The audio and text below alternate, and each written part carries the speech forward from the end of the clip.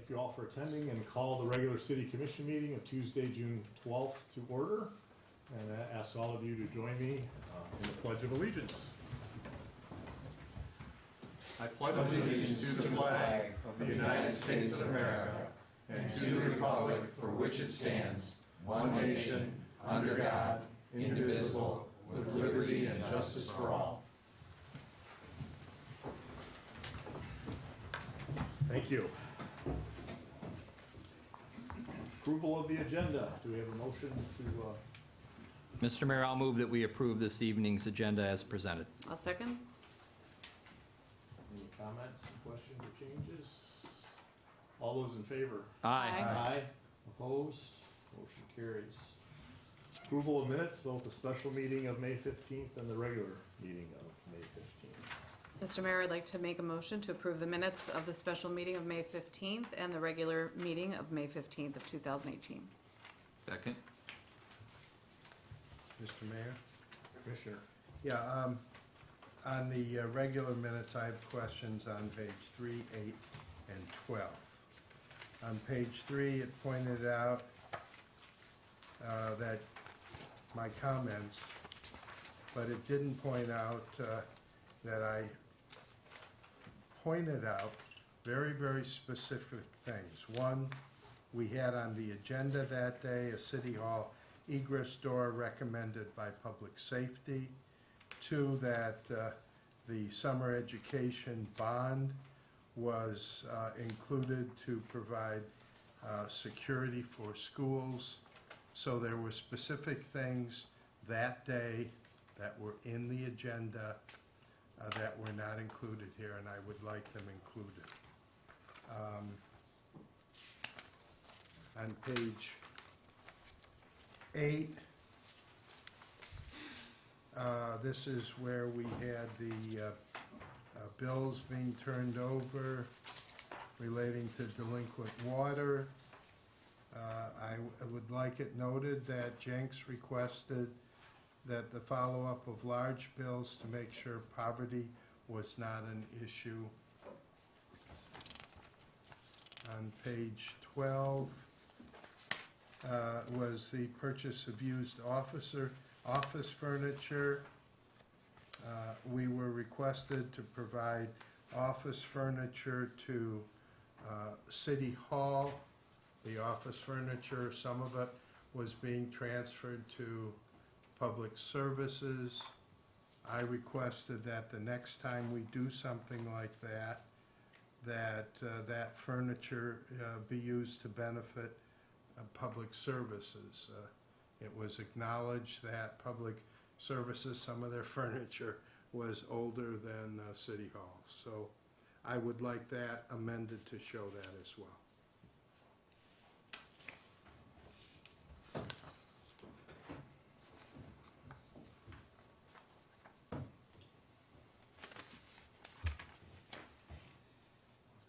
Are those changes acceptable? Yes. Yes. Any other comments or questions? All those in favor? Aye. Aye. Opposed? Motion carries. Communications. We do have at least one communication that needs to be accepted. We have a motion to accept the resignation from Jody Swoltowski from the Huntington Woods Historic District Committee. So moved. Second. With regrets. All those in favor? Aye. Aye. Opposed? Motion carries. Any other comments on communications? Hearing none, the rest are received and filed. We do have our county commissioner, Louise Zach, with us this evening.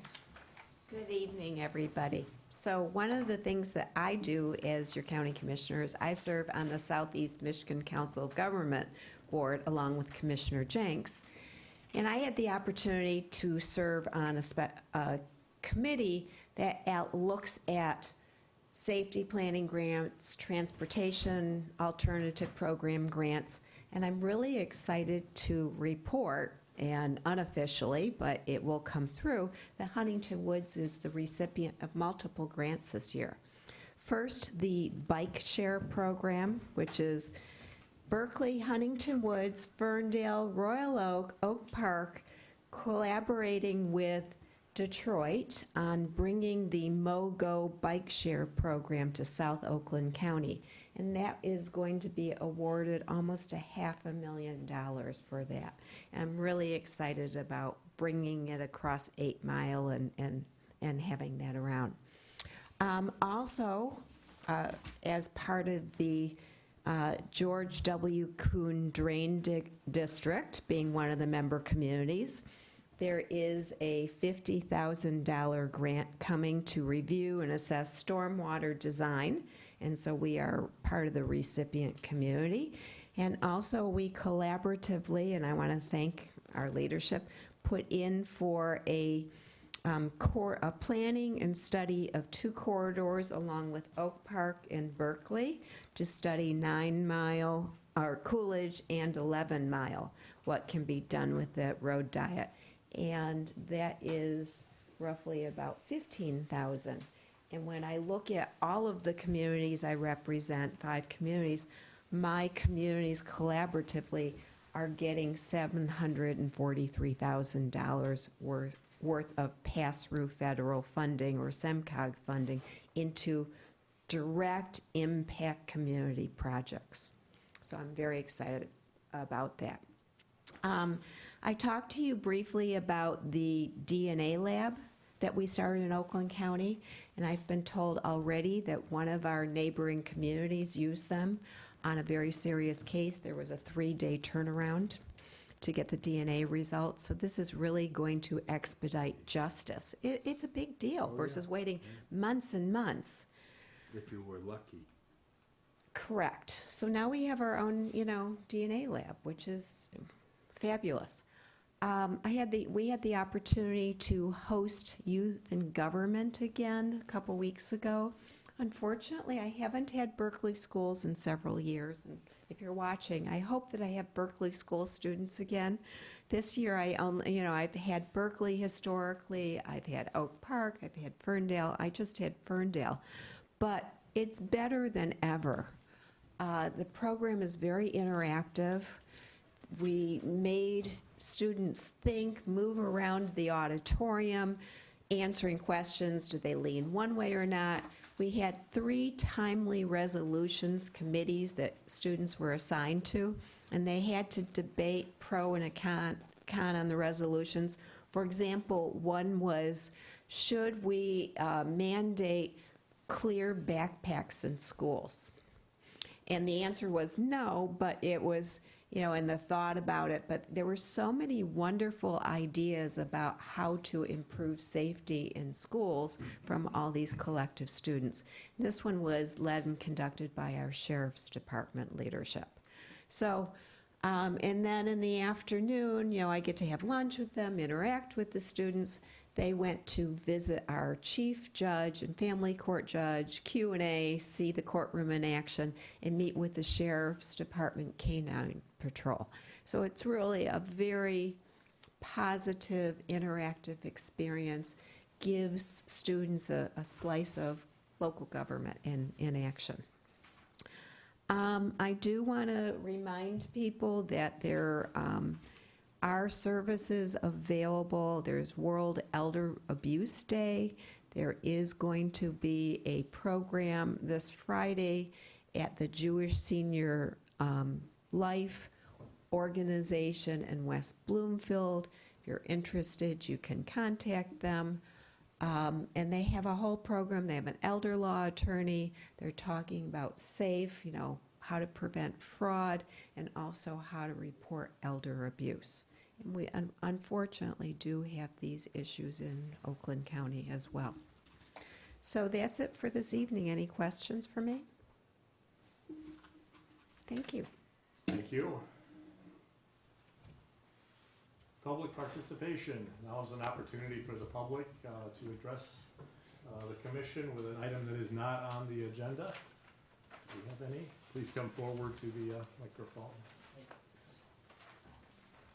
Hi, I'm Linda Solomon. I'm just wondering when we could get an update on what is going on with the zoning with the zoo. We'd like to know what the city attorney's positions are, or what the city attorney thinks about the issues that we've raised in the previous meetings, and just kind of get an idea of when we can expect some information. Okay, I can update you that the planning, our planning administrator and the city attorney have been working on wording for a new ordinance. And we are trying to schedule a meeting with a couple representatives of the planning commission to go over that, is our next step. Did we have a date that everyone I didn't hear accepted? from Andy yet. Okay, so we're trying to get that in the next couple of weeks, were the dates that were being floated out there. Once we talk about all that, we're gonna meet with the zoo and get their input, and then we're gonna go to the public with everything we've gathered, show them what we're thinking, and go from there. I'm just wondering if it's possible for us to understand legally what is allowable, after going through the issues that were raised, is it possible to pursue certain items, or, prior to you going to the zoo, just a little earlier on, we'd like to be involved. We thought that we would be able to participate. There definitely will be a lot of opportunities for participation, but what we wanted to do was get as many of the questions answered before we present it to everyone as to what the zoo's possible plans might be, and that's why we're taking some of these ideas to the zoo before we come up with a final ordinance. So, okay, is there, Nothing will be there's no decided. time frame? There is not yet. I mean, yes, we are working together, as we said we would, gather members of the planning commission to go over everything. And the next step after that would be to talk to the zoos. I don't have a firm date when all those things will happen. We're working on it. Okay, thank you.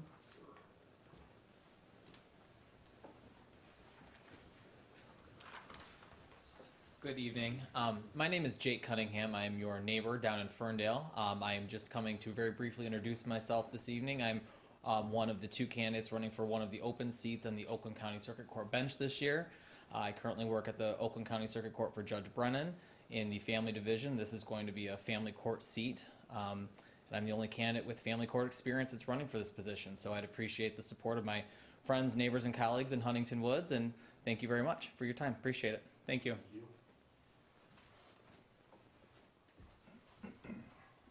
Yes, my name is Ray Burkhoff. I live on 11 mile down the street. Back in 2009, the city planted all kinds of trees along 11 mile after the construction. They used various different types. For the most part, they're good. But in front of my house and the two houses on each side, the tree gets diseased every year. And right now, it starts with a black spot on the leaf, which turns yellow, then brown, and off. Right now, they're all falling off my tree. And this is what I have to look at all summer long. And I'm wondering if something can be done about that. Can we replace the trees or something of that? Certainly have them looked at. We'll certainly have them looked at and examined, and Because if it- I could have you leave your address and phone number so that we could investigate it and Okay, get. because the in touch with you disease and let you spreads to know. my lawn, and I'm, again, for another year, having to treat my lawn for some kind of disease that's coming from that tree. Okay, thank you. Yep, right down that, Right on here? the recorder's table there, yep. Okay, thank And we'll certainly be in contact with you. Okay, thank you.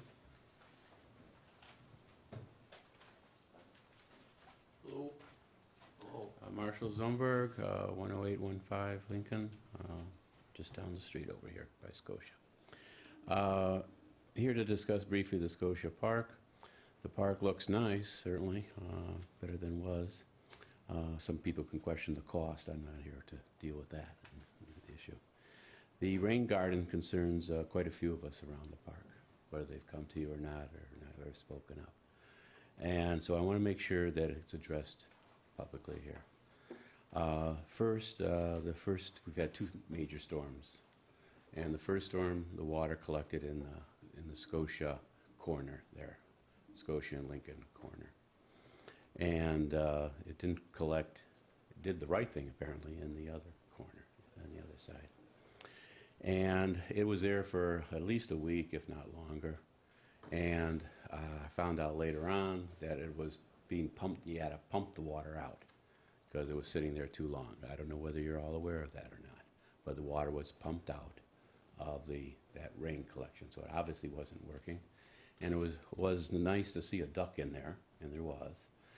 There was no family yet, but we don't want duck poop in that park after you spend all that money for it. The second rainstorm, there was rain in both pockets there, and it was extremely high in the Scotia Lincoln part. I'm not saying it was going to overflow, but it seemed like it wouldn't take much more to overflow if it was a really bigger storm than it was.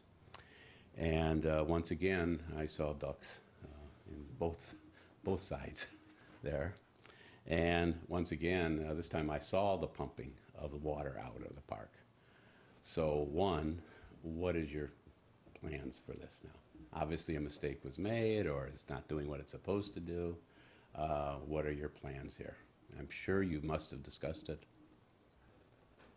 Yeah, the recreation director is working on it with the designer of the park. So it's something that we are going to continue to work on until it gets resolved. What are some of the options, may I ask? I don't know. Don't know. Could you possibly find out? Because we all live near there, and we don't want a lot of mosquitoes coming around. Here, if you want to leave stuff, your yeah. name and a phone number there, then I can get a hold of you with more detail. Okay, just like to know what's going on so people can tell people that's all. Okay?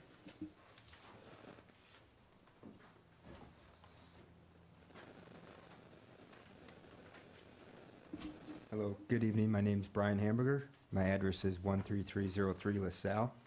I realize we'll discuss the sidewalk later, but I have another issue I'd just like to bring up really quick. The water main leak at Burton Elementary School. On or around May 14th, about a month ago, a water main break occurred outside the school and between the rec center and the school. And this has been allowed to leak continuously, creating somewhat hazardous conditions in front of the school and rec center parking lot. In addition, the city, as I'm sure you know, is paying for all of the thousands of gallons of wasted water from the Great Lakes Water Authority. I was told almost 3 weeks ago that a part was on order, and that was a delay. That repair was supposed to be done early June, roughly June 2nd. Today is June 12th, and the repair is not complete. I do not understand how this can be allowed to go on for this long. I realize school ends tomorrow, but also the break happened a month ago. I'm in the property management industry myself, and I know what it's going to cost, this water bill. I realize it's not, a gaping hole that's pouring out, but it's still a leak that continues 24/7. And I know that it's going to be tens of thousands of dollars of wasted water that we as the taxpayers are going to have to pay for. And I'm very frustrated with this and how long it's been going on for. And I'd like to know what the plan is to repair it. Tomorrow? Or Friday? Friday. We were trying to obtain a part, which we have not been able to. And that, combined with the fact that the repair method that we were attempting to do required the school to be without water for several days, so they asked us not to do the repair until school was out. In the end, we have been unable to get that part, and so we're just gonna go in and patch the water main the water line where the leak is right Sure. now. You could also say, even if we did get the part, the school didn't want us to shut Right. it down for what they were. Right, they'd be weren't without working water with us. for like four days. Yeah, you have to disinfect the new line, and Right. they just said, no, can't do it. So The school board said that? the school. School district. The school district said that Okay. It's just not my experience. When we have a water main break at one of my communities, it's a few hours, maybe it's a day at the most. And I made the recommendation, what about Memorial Day weekend? Maybe a patch could have been done then and save the taxpayers some money. Can I say, on that, the water main's 93 years old, so I didn't want to patch it again. So the option was to replace and put new in because it's 93 years old. So I could have patched it, went with another option, Right. and that option isn't working out right now. Not in the timeline we can do it. So Friday, school's out, we'll repair it. Okay. I just asked that maybe in the future, we have another plan in place to save the city some more money. Thank you. Can I add something there? Come forward, please. Okay. I walked over there the other day had to go there for something for the recreation center. And I walked out and I'm shocked, I saw that leak.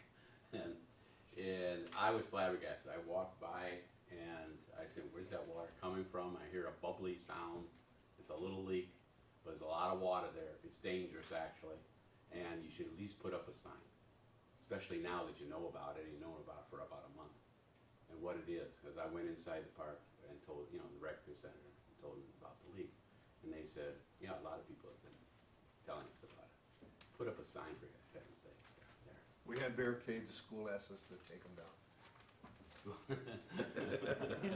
Whatever, maybe a sign. Okay, any other public comment? All right, seeing none other public participation is closed, we'll move on to the regular items of business. First item is a matter of discussion of the sidewalk replacement program. Yes, there has been some discussion, the ordinance indicates that defective sidewalks need to be repaired, and there's been some discussion about what exactly repair means. So we had a meeting with the city attorney. I've had a chance to look at the sidewalk ordinance, and it does speak to repair of sidewalk as opposed to strictly replacement. However, if you go back to the city charter, which is the controlling document, section 6 of Article 13 essentially states that the city has control of all the sidewalks and may require abutting owners to construct or reconstruct and repair such sidewalks. So it really gives the city itself the ability to decide how the public sidewalk is going to be repaired or replaced. Why that is important is because whatever standard you ultimately repair to, it's important that whatever repair is done in an efficient fashion. I've had a chance to review, if you just think about what a repair might look like, to really repair a sidewalk properly and get the concrete to knit and be repaired, that's a lot different than slapping a Band-Aid on it. These ideas that you can fill it with sand or fill it with Quikrete doesn't knit the sidewalk back together again. The crack issues still remain the same. So given the fact that you have a section in your your charter that really defines that it's the city's choice on that, and the resolution that you passed back in October clearly outlined the 4 areas that you thought were hazardous conditions, it's probably my recommendation that the ordinance be amended to be consistent with the city charter and allow the city to simply make the repairs that are needed to get them done correctly, as opposed to just putting a Band-Aid on the situation. Having bad sidewalks is a real safety concern. When things go wrong with a sidewalk, it's the city that's liable. It's not the abutting homeowner. So the Michigan law is pretty clear on that point, that if a citizen has a problem with a sidewalk, it's your responsibility as a city, not the abutting homeowner. When you look at what you would be required to actually do during the course of a good repair, the cost of those sorts of repairs is in the hundreds of dollars. $200, $300, $400 sometimes, depending on how extensive the repair would need to be. When you think about it for a moment, the cost of $140 to replace the slab is not only more effective, but it's significantly cheaper to the homeowner. So I think all those things need to be taken into consideration, and and just revise the ordinance to make it conform with the city charter is probably the best way to go. So at this point in time, we want to issue notice to that, so we are going to have a special city commission meeting. We already have it scheduled for June 26th at 7 p.m. So do I need a motion to add that to that agenda Yes, you would. in order to do that? So moved. Second. Any public comment?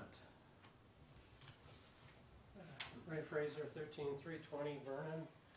I've noticed several sections that have been marked or ads, and I'm not sure that I can easily figure out what the criteria is. I wonder if there's a standard criteria.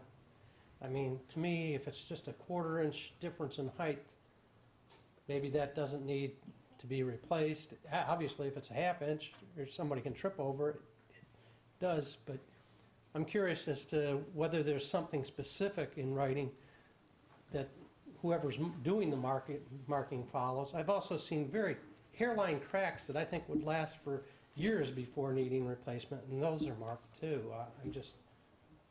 I don't have any marks of my own that I have to complain about, but other people may be complaining because I think there's some mark that probably don't need to be replaced.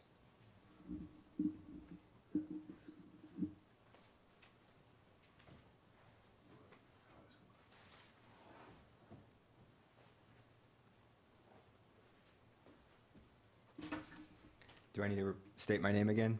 Please. Brian Hamburger, 13303 LaSalle. Based on the letter that was sent on May 18th, the hazardous sidewalk program stated some items which directly contradict our city charter and code of ordinances, which I know you've just discussed. Pursuant to the charter and code, the city can allow for repairs and also has no jurisdiction to force a resident to use a specific contractor. And I realize the city has since changed its mind on the contractor decision, and I'm thankful for that. But I'm still concerned with the fact that only after some pushing and investigating on my behalf did the city agree to communicate this change with every resident. I realize the city signed an almost $500,000 contract with Italia Construction several months ago, and I find it a little suspicious that this took place before the sidewalks were marked a few weeks ago. Why did it take myself getting involved in reviewing the charter and code to point out the fact that the city has no right or ability to force a specific contractor on a resident? And then, after the city changed their mind, allowed residents to use their own contractors. And finally, after some pushing, communicate it to the resident when at first they were opposed to it.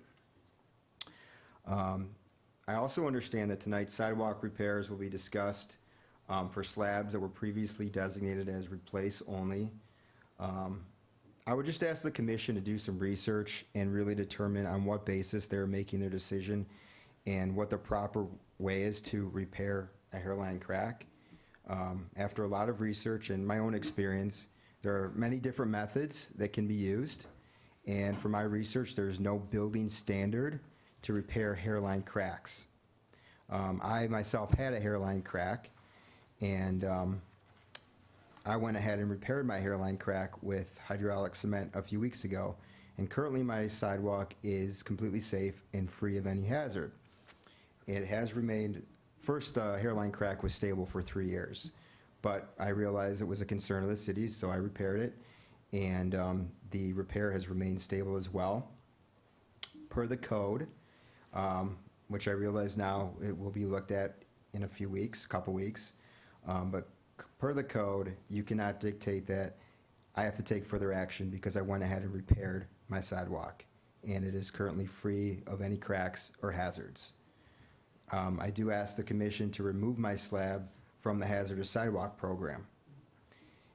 If the repair ends up not holding, I ask that you follow the sidewalk repair code 32-186, which allows the homeowner reasonable time, not less than 7 days, to make the sidewalk repair. Thank you. Thank you.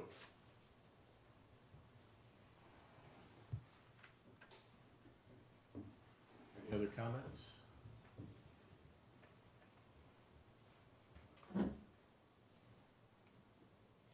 comments or questions of the commission? Mr. Mayor, could we have the city manager perhaps maybe talk about some of the written criteria that the city used to determine which sidewalks to flag and which not to flag, and then perhaps lay out for benefit of the folks the timeline that took place relative to the contract, the sealed bids, and then when the marking took place?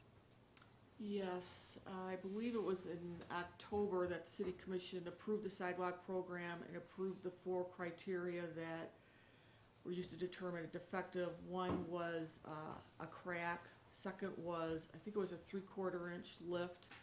Third was spalling, 25% spalling, which is general deterioration of the sidewalk. I believe the 4th one were holes, and there was a certain diameter on the holes. Do you? I can't remember, it was a 1/4 inch or a 1/2 inch, I forget. Okay. The hole that is 2 inches or greater in diameter and 3/4 of greater in depth. Okay, so those 4 criteria were established. We then contracted with 2 former DPW employees, Jay Mader and Larry Page, to mark the sidewalks. They went out starting in September and October and did as many markings as they could until there were too many leaves on the ground. They got about 2/3 of the city that was done. So given the fact that we knew how many square feet of concrete we needed for 2/3 of the city, we extrapolated the extra third, and we went out for bids based on the assumption that we were gonna use that many square feet of concrete. Those bids went out in January. We received 6 bids and awarded the contract to Italia in February. Then when the weather got nicer, Jay and Larry, our ombudsman, went back out and remarked the squares that they had marked in the fall because the paint didn't always hold up, and they finished the other 1/3 of the city. And the reason that you see some pink paint instead of white paint is that the white paint, even though it's traffic paint, is not holding up real well, so they're using the pink to make sure that the contractor knows what sidewalks to replace. And then Italia came on board just after Memorial Day, and they're about, I'd say, halfway through the city right now. And they did take a break. They wanted to go work on a project in another city, which worked well for us because, again, the sidewalk ombudsman that marked the sidewalks are the individuals that are taking the calls from the residents about, why is my sidewalk marked, or, you know, this was damage done when a tree was removed, and so, you know, it's the city's responsibility. And frankly, there were hundreds of calls, and so this gave him an opportunity to catch up, and the contractor will be back in town the Monday after 4th of July, which is July the 9th, to finish the other half of the city. And if anybody has, we have two contact points. If you have a question about why your sidewalk was marked, that gets referred to the ombudsman who actually did the marking. If you have a concern with the work that was done, we have an inspector on board through our engineering company, and they are handling the issues with sprinkler repairs or if there was concrete left in the right-of-way. So there's 2 points of contact, but if you call City Hall or DPW, if you have either one of those issues, then we'll get somebody out there to meet with you and address it to the best of our ability. Thank you. So I just want to assure the resident that in September, October 2017, 2/3 of the city was marked, and that's then an estimate was made for the balance of the city, and that's what then caused the sealed bids in January of 2018. So just rest assured that there was a process. I don't want anyone to think there was anything suspicious with what had occurred. And, I share your concern, when the frequently asked questions went out, that was not a document that we as a commission, had approved as part of that meeting. And I know there was a statement in there about folks not being able to use their own contractor, which would appear to be contrary to maybe the ordinance. But, we're gonna look into this at the June 26th meeting to discuss it further and determine a course of action to take. So, I encourage all residents like yourself, when they find things that they're concerned about or have questions about, to speak up. That's what we're all about, is to make sure that we're doing the right thing. And so that's what we'll be discussing June 26th. Thank you. Any other comments? Could we perhaps hear from the DPW director on how easy it is to repair concrete slabs? Sure, just what I heard right now, you're using a hydraulic cement that typically for a crack in a wall under hydrostatic pressure to stop water leaks. It's not a repair for sidewalks or cracks. So that is the wrong product. And many people do that, they fill a crack with the wrong product. You cover the crack, but you're not doing anything for a structure. That takes epoxies under pressure to join them and bind them.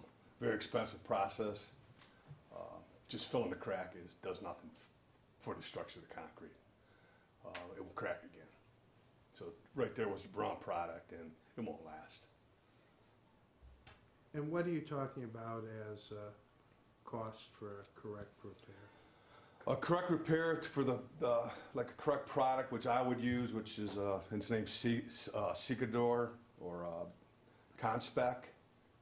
For 10-foot crack, just the product alone, $121, and the other products for two units, it's $46 each, and that's not considering time at all. That's for the product alone. Typically, these products you can only buy by the case, commercial grade. They're only used for anytime you want to tie concrete together is when it's too expensive. You want to use these products when it's too expensive to remove the existing crack concrete. A large floor, commercial floor, factory floor, where you fill the cracks, join them together properly. I've used them on, matter of fact, I've used some of this product at the Chrysler Proving Ground on their high-speed track.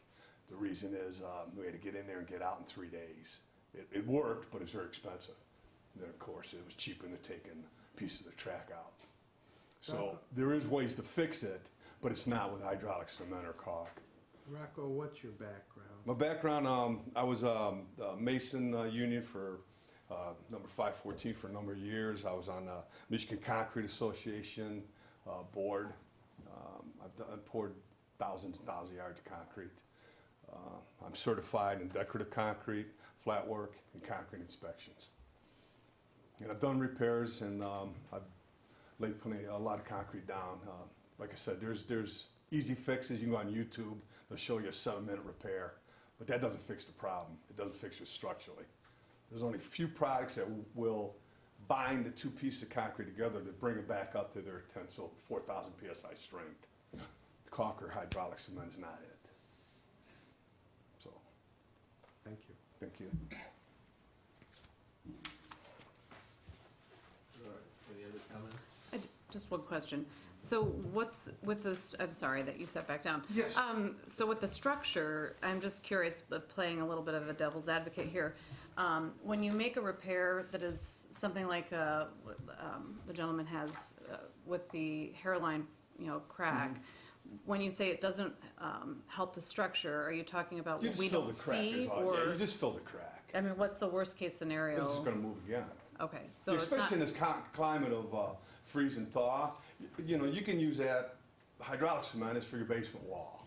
You got a little leak, you V it out properly, you fill it in there, it stops the water from coming in. Mm-hmm. Of course, your basement wall has no freeze and thaw, and you stopped it. But structurally, it's not binding it together. The crack's still behind there. It only stops that. So with the repair you did, if you did fill it, there's still an underlying crack. The whole crack isn't filled. 4 inches, maybe fill the top 1/4 inch. okay.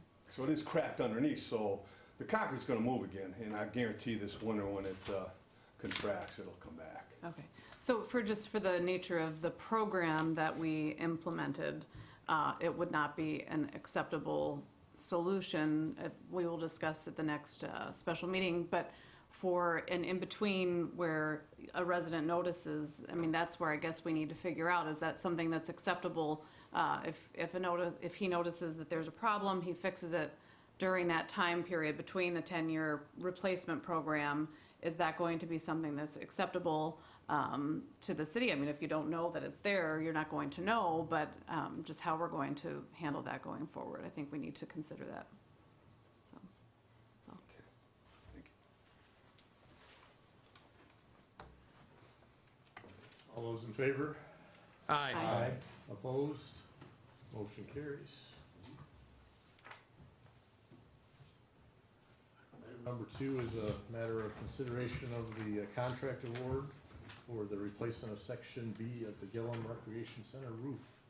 Yes, this is a scheduled capital improvement project. Bids were sent out. We received 3 bids. You can see 2 of the bids are tied, Royal Roofing and Lutz Roofing, and we had already done some work with Lutz. Okay, so we're recommending that we award the bid to Royal Roofing so that we can employ as many contractors as we can. Mr. Mayor, I'll move that the City of Huntington Woods enter into a contract with Royal Roofing of Orion, Michigan for the replacement of Section B of the Gillum Recreation Center roof in the amount of $49,000 to be paid from the Capital Improvements Fund account. Second. Any public comment? Any comments of the commission? Questions? All those in favor? Aye. Opposed? Motion carries. Item number 3 is matter of consideration for the Metro Act permit for light speed communication. Yes, we require a permit for telecommunication companies that are gonna be working within Huntington Woods. Lightspeed is providing internet access only through the use of fiber optic cable that is strung on poles. So the application needs to be approved within a certain period of time, and we've met that standard. But there's also a question from Lightspeed, and that is that the template for the Metro Act permit requires something called environmental liability insurance, which would be if there was some underground hazardous problem, then the internet company would be responsible for that. But since all of their wires are above ground, they're asking that environmental liability insurance coverage be waived. So the city attorney's office reviewed the permit, and they have no objections to waiving the environmental insurance coverage since the work is all above ground. So if the commission agrees with that, then the motion needs to either be to approve the permit and waive the environmental insurance, or to approve the insurance and approve the permit and require the environmental insurance. Mr. Mayor, I would move that we permit the work to go forward without the additional coverage due to the fact that the work is all above ground, so there is no environmental liability exposure there. And also I say that based on the recommendation of our city attorney. Second. Any public comments or questions? Ray Fraser, 13320 Vernon. I've requested the light speed. I've been wondering what the delay is. It sounds like I just heard what the delay has been. That should be over with soon?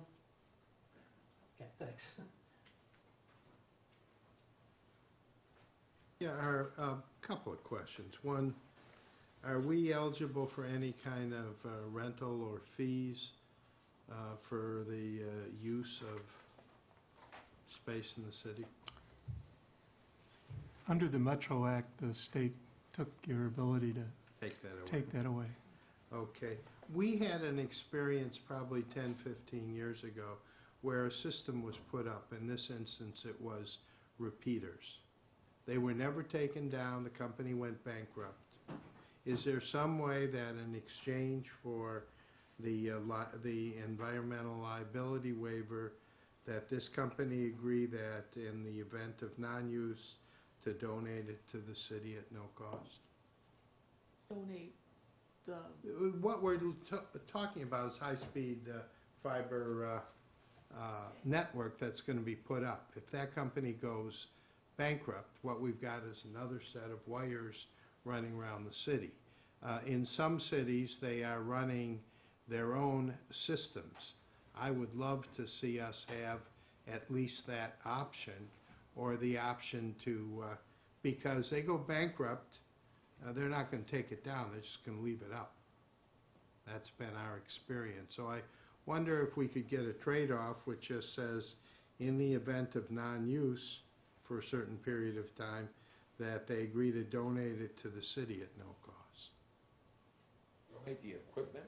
No, what you're gonna get is high-speed fiber optic cable put up there. And then if you buy the service, they draw a line directly to your house. So instead of using airwaves, you're actually using fiber optics for the linkage. The difference is we can get a speed of 50 to 100 times what we're getting now. It's pretty common in Europe. It is not common here. But is there a way of getting some kind of trade-off? Off the top of my head, I don't know the answer to that question. Can we ask them? and we'd also have to take a look at the Metro Act agreement to see what happens if a company does go bankrupt. That may be something that's already Well, if addressed. the Metro Act doesn't speak to it, usually it works to our disadvantage, the Metro Act. But if it doesn't speak to it, I'd love to see that alternative. I'm not sure are you suggesting that this supplier say, okay, well, someday if we go belly up, whatever equipment we have here that belongs to us, we'll agree now to give that to the city? Yes. Well, I don't think a federal bankruptcy court, looking at that matter, would say that was okay. I think that, just my initial reaction to it is, no. I think No. I think you're correct in that if it's a bankruptcy proceeding, the bankruptcy court is going to control what happens with those contracts. Contracts, equipment, they become the entity, and you. Okay, all right, I'll back off. The answer is no. That's your free legal advice for Okay. tonight, Commissioner Jenks. Yeah, well, we have a huge amount of stuff that's up here. It's in our right-of-way. People abandon it, so it just sticks up there. It's contrary to Huntington Woods' beauty and trees. Mr. Mayor, reading this, so it looks like this is going to be an independent carrier. They're not doing work on behalf of any other larger company. So they'll be providing 1 gig and 10 gig internet service to residents who are so inclined to sign up for that. And that's all they'll be providing, it appears, is just internet service. But one thing that was of concern was they talked about, installing facilities by attaching to existing utility poles. And I know that when AT&T came around, when UVerse was being installed, that we got into quite a disagreement with the placement of those utility cabinets and where they were going to go to minimize their visual appearance on folks driving through the city. And I don't see anything in here.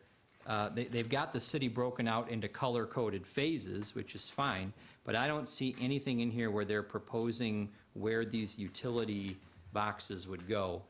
And I'm wondering if we're going to get into another battle royal like we did with AT&T on where those boxes are going to end up. Okay. We can verify that and see if there's any concerns before we sign off on it. Great. Thank you. We're supposed to get a visual lineal map of where the lines will be. What we got was a nice color-coded map with no coding, but it still doesn't tell left side, right side of road, et cetera, where they're going in backyards or down the front. That is, I believe, part of the Metro Act. And so this application has been determined complete without the map. I think there's more paperwork than what's in here Okay, with the fine. application. All right.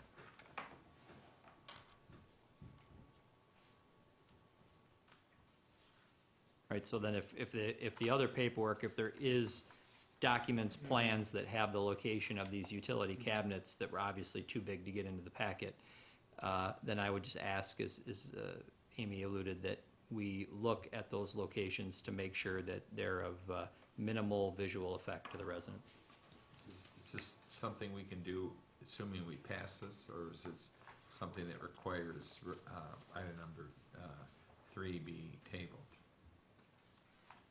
No. I think we're actually required under the Metro Act to approve this application within a certain number of days. All right. And they don't give you much time under the Metro. Act. Okay, just asking. 35 days.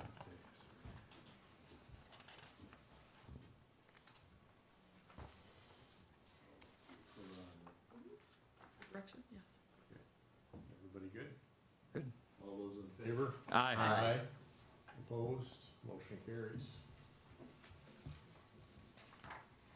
Item number 4, budget amendment to the 2017-2018 city budget, our year-end adjustment. You defer to Kim on that one? The Budget Act requires that we can't have expenditures in excess of our budgeted amounts, so these are just a year-end review of all of our accounts, finding any discrepancies.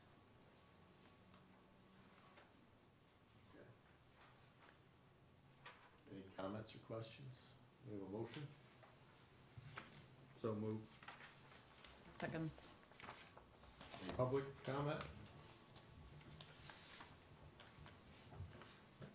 Any other comments? All those in favor? Aye. Opposed?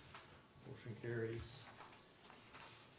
Item number 5 is a matter of considering recommendation for our broker, dealer, and commercial banks to be utilized by the city. This Annual also is update. an annual review where our investments are placed and make sure that they meet certain requirements in terms of stability. And then we ask the commission to adopt the investment vehicles for the next year. We have a motion? So moved? Second. Any public comment, questions? Any other comments or questions from the city commission? All those in favor? Aye.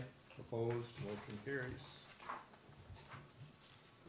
Item number 6 is a matter of considering entering into an agreement to purchase a John Deere Z 930M commercial riding lawnmower using the state of Michigan contract. This will replace a mower that's 13 years old, and we're unable to get parts for it due to its age. So we need to bring on a replacement so that we can keep on top of the grass cutting for the community. Move that City of Huntington Woods enter into a contractual agreement, Deere and Company of Cary, North Carolina, for the purchase of a John Deere Z930M commercial riding mower utilizing the state of Michigan My Deal contract number 071B 7700085 in the amount of $9,332.27 to be paid from the equipment fund account 661-600-983.000. Second. Any public comment or questions? Comments or questions from the commission? All those in favor? Aye. Opposed? Motion carries. Next item is a resolution appointing Rocco Fratura as our representative and Amy Sullivan as our alternate to the South Oakland County Resource Recovery Authority for the fiscal year beginning July 1st, 2018. So moved? Second. Any public comments? Rocco, I'm assuming you're accepting this? I am accepting this All position. right, thank you. It's flipped on here, so I don't know Yeah, if it's that's flipped. important. Okay. Very I good. think what the agenda item you have says this is currently the representative of the Oh, alternate. gotcha, You're gotcha, switching gotcha. them around for the next year. Gotcha. All those in favor? Aye. Opposed? Motion carries. Item number 8 is a similar resolution appointing Rocco as our representative and Amy Sullivan as our alternate to the Southeastern Oakland County Water Authority. So move. Second. Now, will Rocco be able to get our water rates lowered? I'm trying. Good luck. Good luck. Yeah, but we'll lose him as a BPW if he accomplishes it. Any public comment? Commission, all those in favor? Aye. Aye, opposed, motion carries. We have 5 sets of reports and minutes. Do I have a motion to receive and file? So move. Second? Public comments? Any comments or questions from the commission? All those in favor? Oh, Commissioner Jenks. On Tim Rowland's treasurer's report, I'd like to thank you for the new format. You're welcome. I assume you now have time to breathe, and we still have information. Any others? All those in favor? Aye. Opposed? Motion carries. Item number 10 is a matter of approval of warrant number 338, subject to full audit. So moved. Second. Any public comment? Questions or comments from the commission? All those in favor? Aye. Aye. Opposed? Motion carries. Move on to our city manager's report. Yeah, the only item is, want to remind people that the library has now started their summer hours, and they are open Monday through Thursday, 10 to 9, Friday 10 to 5, and they are closed Saturday and Sunday. That's all. Are there any questions of the city manager? All right. Commissioners' remarks. Commissioner Jenks. The library system does allow you to check out, although I think you also can do it directly. If you have your library card, you can check out a pass that gives you free admission to a lot of the arts and cultural programs in Southeast Michigan. And it's because of that, you're encouraged to get the rest of your family library cards, and they update those annually, and they've just updated their new procedure. They've got an automatic checkout system now, thanks to the men's club. Other than that, it's summertime. Kids are going to be out shortly. Watch, because kids are going to be in the street and all over. Be careful.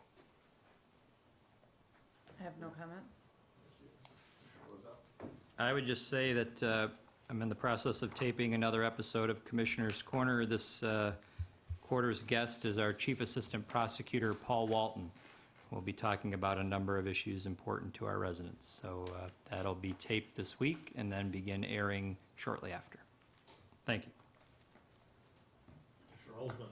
Yeah, I just have 2 items. First of all, I just want to call attention to the fact that we will be adorning our walls here with a photograph taken by yours truly at the meeting where Mr. Lehman, with humility and grace, accepted everyone's accolades for his many years as city treasurer, and we have a great picture that of Bob and Ron Gillen together with him, and I think it's time that we bring some more contemporary photographs, if you will, into our commission chambers. So that's the first thing will allow the city manager to decide the right place to hang that up. And second of all, on this sidewalk business tonight, I want to commend Mr. Hamburger for raising the issue for us and bringing it up the way he did, because actually it dovetails nicely with my friend Linda Solomon's comments about the ordinance and so forth with regard to the zoo. The ordinance with regard to the city sidewalks goes back to 1988, and who knows what someone was thinking when they drafted it and so forth, but in my 9 years on here, I have repeatedly attempted to caution that we need to be very careful when you draft ordinances. They need to be very clear, they need to be very specific, and people need to know exactly what it is that the city says it can do and so forth. So this is a good exercise in why some ordinances need to be looked at. However, when something only comes up about once every 10 years, it usually doesn't become a priority. So I am grateful to Mr. Hamburger for his interest in it, and I did read his postings on Nextdoor. However, having said that, I will say that I am vehemently opposed to residents effectuating their own repairs to public property for many reasons. Number one, sidewalks are a serious component of public safety. When people walk on a sidewalk, I realize that you can say, well, a hairline crack doesn't pose a hazard and so forth, but in my 40 years as a plaintiff personal injury attorney, I've seen some of the catastrophic consequences of injuries that have occurred in these kinds of settings. Again, I'm not talking about hairline cracks, but the sidewalks are an integral part of our public safety. They're an integral part of of the aesthetic beauty of the city. You know, one of the reasons people like Huntington Woods is because we have sidewalks. So I realize that some people say, well, they shouldn't have tabbed mine and it didn't need it and so forth, but the city charter does vest the city with the authority to do that. And while this particular ordinance obviously needs work, and I appreciate Mr. Hamburger, again, bringing it to our attention, I just think that the issue of public safety comes first, period. This is city property, period. And as our city attorney pointed out, if someone gets injured, they can make a claim against the city, not against the homeowner who lives there. So since it's our sidewalk and our liability, I would go on record as saying that I would hope that a new ordinance, when it appears, vests sole authority in the city to deal with these kind of sidewalk issues. Thank you. Thank you. I would just like to remind everyone to look for their envelope from the men's club that has raffle tickets in it. Your support of that raffle helps the men's club to provide funding for many of the 4th of July activities. And also Run Walk Boom, June 23rd. If anyone is interested in more information on that, contact the Recreation Department. With that, meeting is adjourned. Got to